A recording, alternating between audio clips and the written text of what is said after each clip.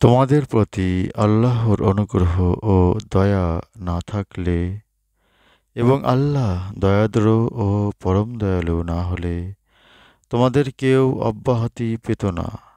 হে বিশ্বাসীগণ, তোমরা শয়তানের পদাঙ্ক অনুসরণ করো না।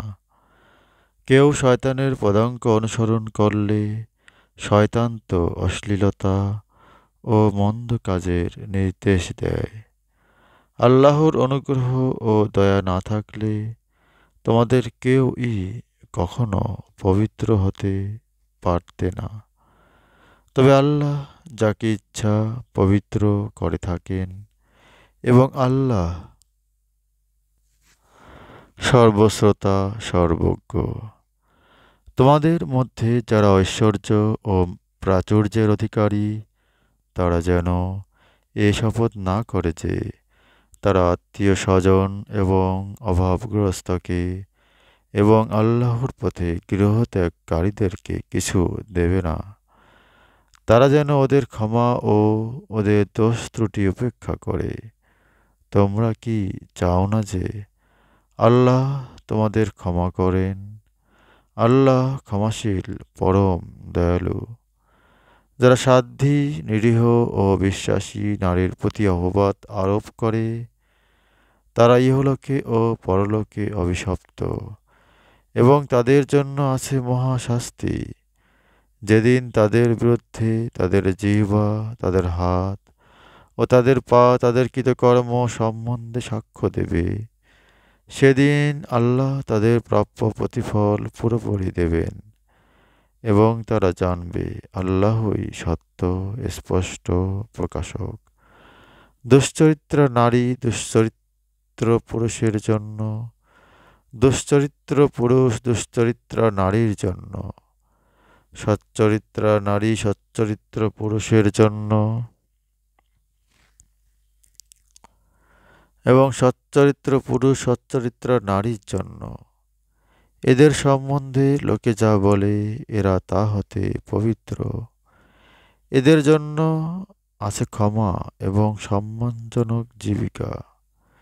হে বিশ্বাসীগণ, তোমরা নিজেদের গৃহ ব্যতীত অন্য কারো গৃহে গৃহবাসীদের অনুমতি না নিয়ে ও তাদের সালাম না দিয়ে প্রবেশ করো না।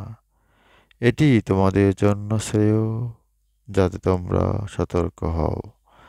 যদি তোমরা গৃহে কাউকেও না পাও তবে তাদের যতক্ষণ না অনুমতি দেওয়া হয় ততক্ষণ ওতে প্রবেশ করবে না। যদি তোমাদের বলা হয় ফিরে যাও তবে ফিরে যাবে। এটিই তোমাদের জন্য উত্তম। আর আল্লাহ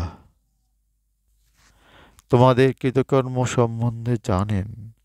বসতিহীন গৃহে তোমাদের জন্য উপকার থাকলে সেখানে প্রবেশে কোনো পাপ নেই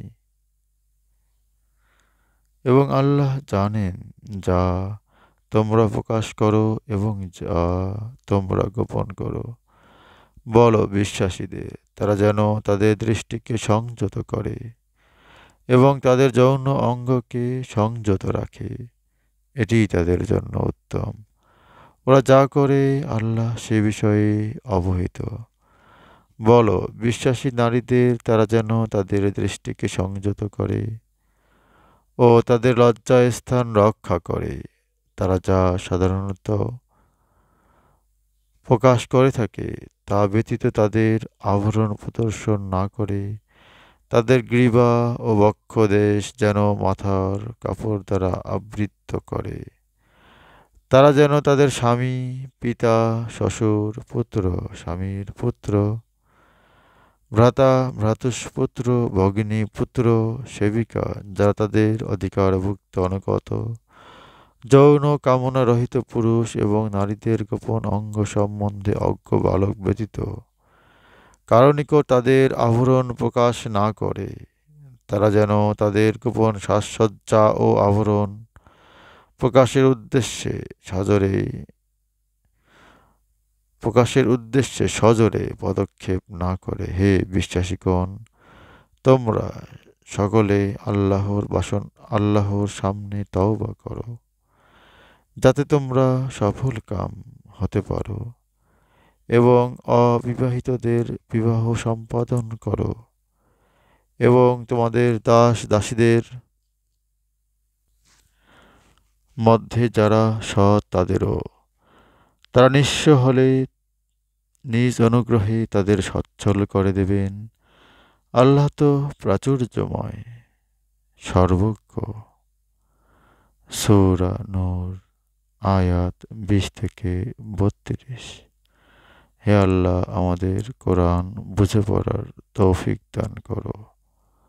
আমিন।